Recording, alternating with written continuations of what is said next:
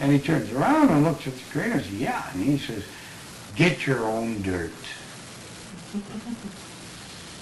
And that's it. We can't do anything. There is a Creator. If you can make your own dirt out of nothing but your own mind, and by the way, if you can make something that is not already somewhere, then you can be big G. Because if it isn't here, it doesn't mean it doesn't exist somewhere. That's right. And I don't know of anybody that can do that at all except Big G, Daddy, the old man topside, Papa.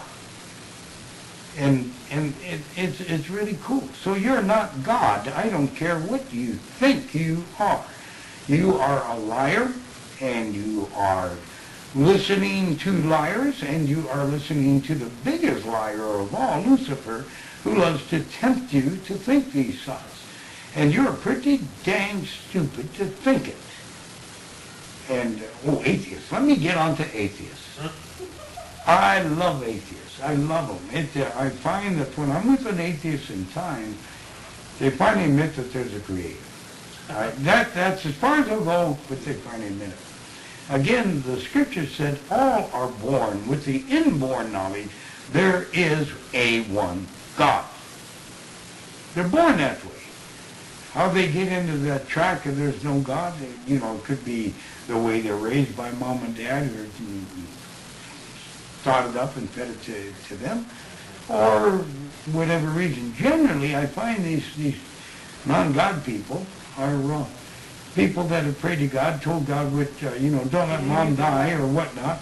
God didn't do what they told him, so stop, well, I'm not going to pay attention to you then. Just a bunch of brats, child stupidity, immaturity. That's what I find the greatest majority are. And, but to say there's no God, and they try to believe it, let's show you how stupid they are. They are worshiping the God of no God. And what are they doing? Running around preaching to everybody about it, trying to get a congregation, people that believe just like them. They got their own church. They got their own God. Don't tell me there's no God. These people are making what they think is a God, and worshiping him. And being real proud of their great knowledge. They're a bunch of dinks. They make no sense, and they think they're so sensible. They're kind of stupid people, and I feel sorry for them. They are my brother and sisters. And that does not mean that I cannot love them. It just means that I think they're pretty stupid kids. So I love them anyway. We should never hold hate. I have two people in my life, over my whole life, that one I can barely stand to breathe when this one is around. I mean, it's just, but do I hate him? No, I do not hate him. I hate everything that this one does. I just can't take anything that this one does. But he's my brother. Therefore, I can still love him, and for my and his, by the way, sake, I stay away from him. We rub each other raw. So why create contention? What is it about me that needs to go there and cause him even more harm? Why do I feel like I should be rubbed out by that filth that this man does? Why do I go there? I've spent enough time around him to know that this is stupid on my part. But, he's got his will, and he can do as he pleases. And the same with the female of the two. But it does not stop me from loving them. And I'm serious. I love them. They are my brother and sister. But I can't stand to be around them for that very cause. They are just really, really stinkers. Somebody had to change their diapers at least once every 4 or 5 years, for heaven's sake. That thing says 25 pounds doesn't mean 25 pounds of crap. It means for a 25 pound up to a 25 pound kid, you know. And, whoa. But nevertheless, I can't not abide by what they do. I can't stand it. I don't even like thinking about it. But I pray when I think of them, and believe me or not, as I'm speaking of these people, I am praying. I'm split. I pray that somehow they will see the errors of their ways. We may never, ever get together and be on friendly terms, personally. We may not. But at least they can get good enough where they can have others that can be there and be their friends and help them. I'm not meant to go to everybody. And I'm not, you know, one day the Creator told me, do not, and it's scriptural, but he told me, do not cast your pearls before the swine. And I whipped right around. I'm going face to face, head to head with the Creator. And I put my finger up in the air and pointed up there in the air, and I shook my fist with the finger up, and I said, you don't tell me. Now I'm talking to Big Daddy, you know. And I'm saying it aloud. I said, you don't tell me to not put my pearls before the swine, because that swine is not my business to call it a pig. If you don't want that pearl in front of that person, if you want to call that person a pig, that's your business. Choke them on the pearl. That's your business.